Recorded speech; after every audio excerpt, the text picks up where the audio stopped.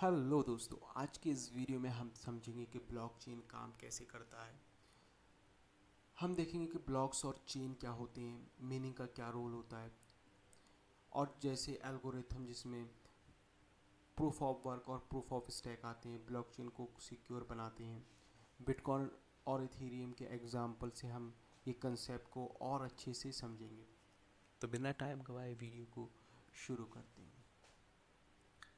तो सबसे पहले हम ब्लॉकचेन के बेसिक स्ट्रक्चर को समझते हैं। ब्लॉक्स पहला, जिसे नाम से ही समझ आ रहा है, ब्लॉकचेन एक चेन और ब्लॉक्स है। हर ब्लॉक्स में तीन चीज़ें होती हैं: डेटा, प्रीवियस ब्लॉक हैश, नॉन्स।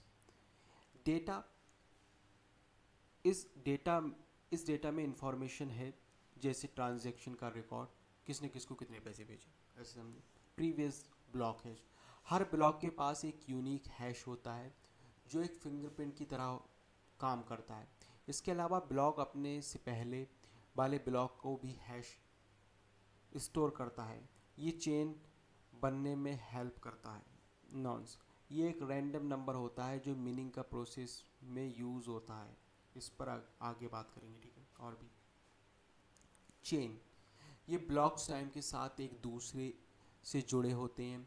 हर नए ब्लॉक्स का हैश और पिछले ब्लॉक्स का हैश मैच होना चाहिए, तभी चेन कंप्लीट होती है। अगर कोई ब्लॉक बदलने की कोशिश करे तो उसका हैश चेंज हो जाता है और पूरी चेन ब्रेक हो जाती है। इसीलिए ब्लॉक चेन हैक करना मुश्किल होता है। एग्जाम्पल इमेजिन करिए, एक डिजिटल लेडर जिसमें ट्रांजैक्शन लिखी जा रही है, ठीक है। एक डिजिटल कॉपी जिसमें ट्रांजैक्शन लिखी जा रही है। हर पेज ब्लॉक पर आपको सिर्फ करंट ट्रांजैक्शन नहीं मिलेगी, बल्कि पिछले पेज ब्लॉक के रेफरेंस भी होगा। अगर कोई एक पेज को बदलने की कोशिश करे तो पूरी बुक इनवैलिड हो जाएगी। अब यहाँ पर हम बात करते हैं मिनिंग की, जो ब्लॉकचेन में एक एसेंशियल प्रोसेस होता है। मिनिंग एक प्रोसेस है जिसमें नए ब्लॉक्स को ब्लॉकचेन में ऐड किया जाता है। लेकिन ये प्रोसेस इतना सिंपल नहीं है, ये काफ़ी कंप्यूटेशनल पावर डिमांड करता है। मीनिंग में माइनर्स को एक डिफ़िकल्ट मैथमेटिकल पजल सॉल्व करना पड़ता है। जब ये पजल सॉल्व होता है तब एक नया ब्लॉक को चेन में ऐड किया जाता है सकते हैं, नॉन्स और हैशिंग। जब मिनर पजल सॉल्व करते हैं तो एक प्रैक्टिकल नंबर नॉन्स का ऐसा एडजस्ट करता है कि ब्लॉक का हैश एक स्पेसिफिक कंडीशन मीट करे। जैसे कि हैश का आउटपुट ज़ीरो से शुरू होना चाहिए। ये काफ़ी ट्रायल एंड एरर से होता है और इसमें काफ़ी एनर्जी लगती है। जिस माइनर ने ये पज़ल सॉल्व किया उससे रिवॉर्ड मिलता है। बिटकॉइन में ये रिवॉर्ड नए बिटकॉइंस के फॉर्म में होता है। इसीलिए माइनर्स मीनिंग करते हैं प्रॉफिट के लिए। अब समझते हैं कंसेंसस एल्गोरिथम के रोल, जो ब्लॉकचेन को सिक्योर और डिसेंट्रलाइज बनाते हैं। तो मेन टाइप्स होते हैं, दो ही मेन टाइप्स होते हैं: proof of work, proof of history, POW POS, ठीक है। प्रूफ ऑफ वर्क क्या होता है?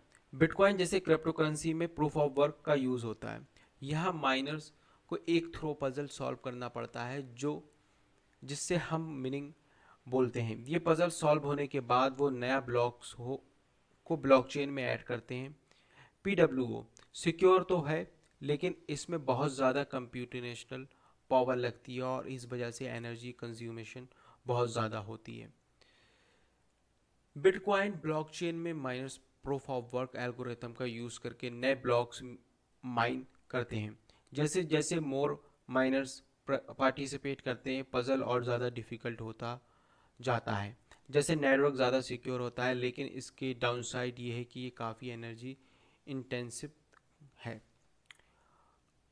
इथेरियम जैसे ब्लॉकचेन्स अब प्रूफ ऑफ वर्क से शिफ्ट होकर प्रूफ ऑफ हिस्ट्री पे आ रहे हैं।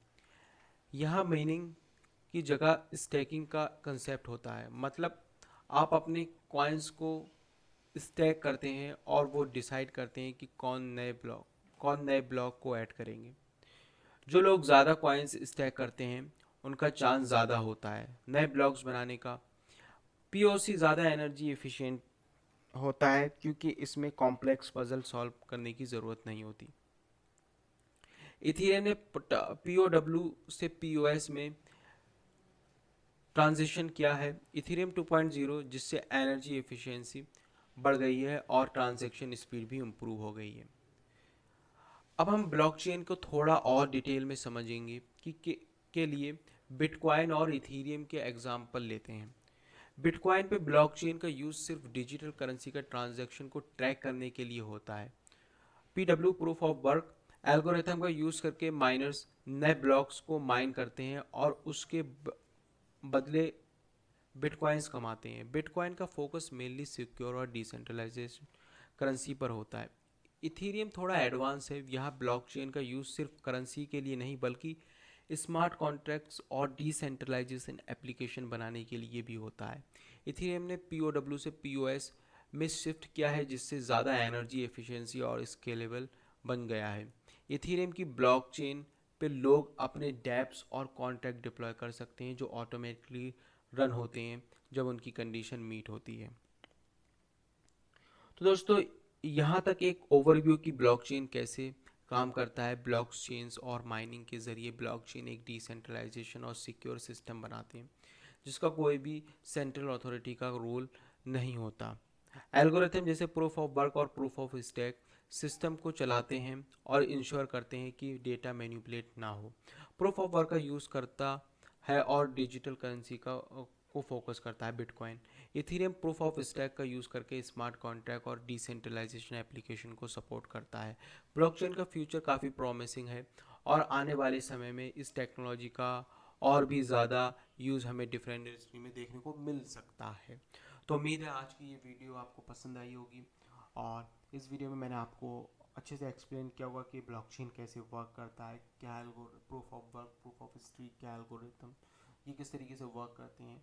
तो अगर आपको ये वीडियो पसंद आई तो वीडियो को लाइक कर दें, चैनल पर फर्स्ट टाइम है तो सब्सक्राइब कर दें और ऐसी वीडियो देखने के लिए हमें फॉलो कर लें और प्लेलिस्ट को बुकमार्क कर लें।